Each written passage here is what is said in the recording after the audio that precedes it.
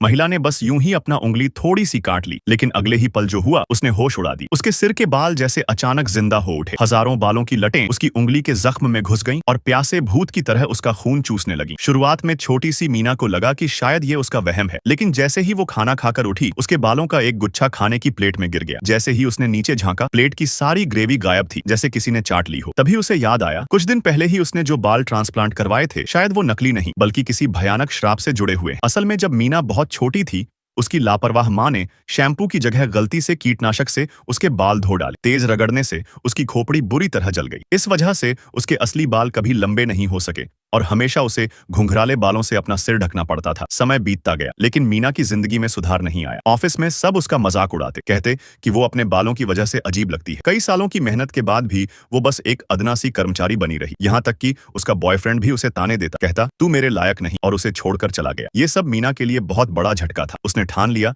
कि अब उसे खुद को पूरी तरह बदलना है। अपनी सारी जमा पूंजी लेकर वो एक थाई ब्यूटी सैलून पहुंची। वहां सैलून में रखे थे थाईलैंड से मंगवाए गए असली इंसानी बाल। टोनी मास्टर ने वादा किया, जिसने भी यहाँ से हेयर ट्रांसप्लांट करवाया है वो सीधे लाखों दिलों की धड़कन बन गया है। लड़के तो देखकर लार टपकाने लगते हैं। मीना ने तुरंत एक घने काले बालों वाली विग पसंद कर ली और ट्रांसप्लांट की प्रक्रिया शुरू हो गई। लेकिन वो दर्द कल्पना से परे था। टोनी मास्टर ने उसके पुराने बालों को बांधकर छोटी बनाई, फिर बिना किसी बेहोशी की दवा के लोहे की सुइयों से हर बाल को उसकी खोपड़ी में टांका। मीना दर्द से चिल्ला उठी, लेकिन सुंदर दिखने की चाह में वो सब सहती रही। जल्द ही वो बेहोश हो गई। जब उसकी आंख खुली, वो खुद को आईने में देखकर दंग रह गई, जैसे कोई परी हो। वो अपनी सुंदरता से खुद हैरान थी। उसे लगा कि सारा दर्द वाकई में सार्थक था। लेकिन टोनी मास्टर ने उसे चेताया, इन बालों को कभी भी पानी से मत भिगोना, वरना ये अपने आप गिर जाएंगे। साफ करने के लिए सिर्फ हेयर ऑयल का इस्तेमाल करना। नई शक्ल के साथ जब मीना ऑफिस लौटी तो वाकई सब उसकी तरफ देखने लगे। सिर्फ लड़के ही नहीं, लड़कियां भी उसे देखकर मुस्कुरा रही थीं। मीना खुशी से झूम उठी। उसे क्या पता था कि यह सुंदरता एक भयानक ख्वाब की शुरुआत थी। जल्द ही उसे अजीब बातें महसूस होने लगी। उसके बाल खून को पतला करने लगे थे और जब वो पीरियड्स के दौरान थी,